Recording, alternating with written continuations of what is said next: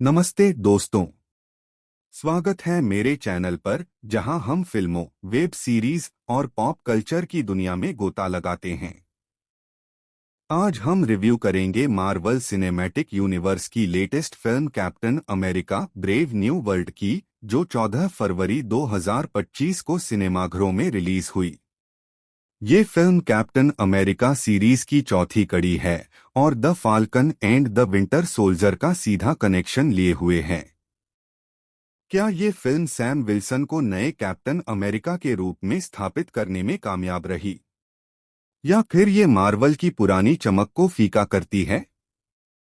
इस 10 मिनट के रिव्यू में हम जानेंगे फिल्म की कहानी, एक्टिंग, डायरेक्शन और बाकी पहलुओं को। तो चलिए शुरू करते हैं।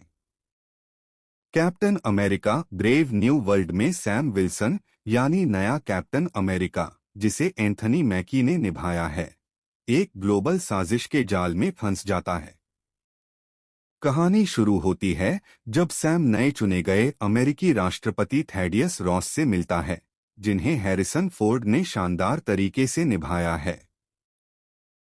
जल्द ही एक अंतर्राष्ट्रीय घटना सैम को सरपेंट सोसाइटी के खिलाफ खड़ा करती है, जिसका लीडर साइडवाइंडर है, यानी जियानकार्लो एस्पोसिटो।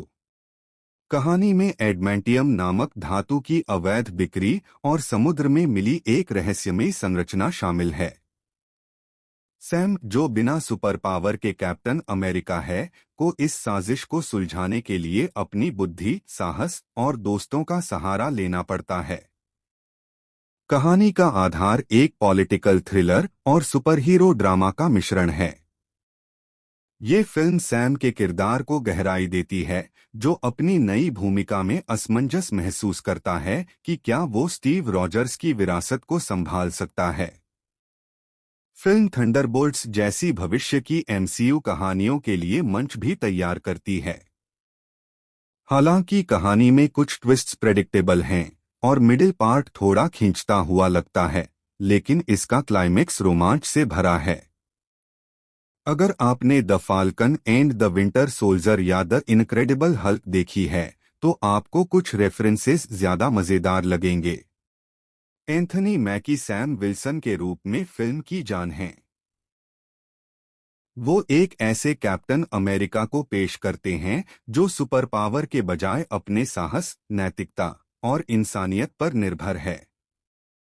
मैकी का स्क्रीन प्रेजेंस और इमोशनल डेप्थ सैम के संघर्ष को विश्वसनीय बनाता है। हैरिसन फोर्ड, जो थैडियस रॉस का किरदार निभाते हैं, अपनी उम्र के बावजूद जबरदस्त ऊर्जा लाते हैं। खासकर जब उनका किरदार रेड हल्क में बदलता है, वो सीन देखने लायक है। उनकी डायलॉग डिलीवरी और स्क्रीन उपस्थिति में एक अलग ही वजन है। डैनी रामिरेज, जो नए फाल्कन जोकिन टोरेस हैं, और कार्ल लंबली जैसे सपोर्टिंग एक्टर्स अच्छा साथ देते हैं। लेकिन जियानकार्लो एस्पोसिटो का साइडवाइंडर और शीरा हास की सबरा थोड़ा कमजोर पड़ते हैं।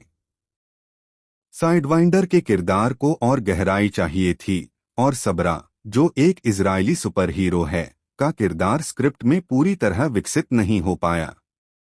ये किरदार थोड़ा विवादास्पद भी रहा है, जिसे फिल्म पूरी तरह जस्टिफाई नहीं कर पाती। फिर भी मैकी और फोर्ड की केमिस्ट्री सीन चुरा लेती है। का डायरेक्शन इस फिल्म को एक ताज़ा दृष्टिकोण देता है। वो पॉलिटिकल थ्रिलर और सुपरहीरो एक्शन का बैलेंस बनाने की कोशिश करते हैं, और कई जगहों पर कामयाब भी होते हैं। एक्शन सीक्वेंस, जैसे हवाई जहाज की फाइट और सैम की शील्ड का इस्तेमाल, शानदार कोरियोग्राफ्ड हैं। लेकिन स्क्रिप्ट में कुछ कमियां हैं। मलकॉम स्पेलमैन, डालान मसन और जूलियस ओनाह जैसे राइटर्स की टीम ने एक महत्वाकांक्षी कहानी लिखी, लेकिन कई सबप्लॉट्स और किरदारों को पूरा स्पेस नहीं मिल पाता। मिडिल पार्ट थोड़ा धीमा लगता है और कुछ ट्विस्ट्स प्रेडिक्टेबल हैं। अगर आप एमसीयू के फैन हैं, तो आपको द इनक्रेडिबल हल्क और the falcon and the winter soldier के रेफरेंसेस पसंद आएंगे, लेकिन नए दर्शकों को ये थोड़ा जटिल लग सकता है। विजुअल इफेक्ट्स की बात करें तो फिल्म का प्रोडक्शन वैल्यू हाई है। रेड हल्क का ट्रांसफॉर्मेशन और एक्शन सीक्वेंस में सीजीआई अच्छा है, लेकिन कुछ जगहों पर ये औसत लगता है, खासकर सरपेंट सोसाइटी के फाइट सीन में। सिनेमेटोग्राफी में न्यूयॉर्क और ग्लोबल लोकेशंस का अच्छा इस्तेमाल हुआ है, जो कहानी को स्केल देता है। लॉरा कार्पमैन का म्यूजिक स्कोर फिल्म का एक हाइलाइट है। उन्होंने विंडअप टॉयज और विंटेज रेडियो साउंड्स का इस्तेमाल किया है, जो फिल्म को एक यूनिक वाइब देता है। थीम म्यूजिक में पुराने कैप्टन अमेरिका स्कोर की झलक भी है, जो नॉस्टैल्जिया जगाता है। फिल्म साहस, नेतृत्व और विरासत जैसे थीम्स को एक्सप्लोर करती है। सैम का किरदार इस सवाल से जूझता है कि क्या वो कैप्टन अमेरिका की शील्ड का हकदार है। फिल्म में पॉलिटिकल कमेंट्री भी है, जो ग्लोबल पावर डायनामिक्स और नैतिकता पर सवाल उठाती है। हालांकि कुछ थीम्स को पूरी तरह डेवलप नहीं किया गया और फिल्म थोड़ा जल्दबाजी में सब कुछ समेटने की कोशिश करती है। फिर भी सैम का इंसानियत पर भरोसा और उसका साहस फिल्म को इमोशनल ग्राउंडिंग देता है।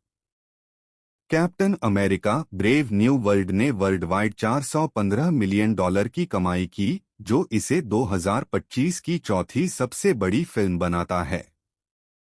क्रिटिक्स ने इसे मिलीजुली प्रतिक्रिया दी। मैकी और फोर्ड की परफॉर्मेंस को खूब तारीफ मिली, लेकिन कहानी की पेसिंग और कुछ किरदारों के कम डेवलपमेंट की आलोचना हुई। कुछ ने इसे एमसीयू की पुरानी फिल्मों पर ज्यादा निर्भर बताया और सीजीआई को औसत कहा। फिर भी सैम के नए कैप्टन अमेरिका के रूप में जर्नी को दर्शकों ने पसंद किया। तो क्या captain America brave new world देखने लायक है? अगर आप मार्वल फैन हैं या सैम विल्सन की कहानी को फॉलो कर रहे हैं, तो ये फिल्म आपके लिए मजेदार होगी। एक्शन, इमोशन और कुछ शानदार परफॉर्मेंस इसे एक अच्छा सिनेमैटिक एक्सपीरियंस बनाते हैं। लेकिन अगर आप एक स्टैंडअलोन कहानी चाहते हैं या एमसीयू के बैकग्राउंड से अनजान हैं, तो ये थोड़ा जटिल लग सकती है। मैं इस फिल्म को 10 में से 7.5 रेटिंग दूंगा। ये एक साहसी कोशिश है, लेकिन परफेक्ट नहीं। फिल्म डिज्नी प्लस पर 28 मई 2025 से स्ट्रीम हो रही है। आप इसे प्राइम वीडियो या एप्पल टीवी पर $24.99 में किराए पर या $29.99 में खरीद सकते हैं। डीवीडी और ब्लूरे 13 मई 2025 से उपलब्ध हैं।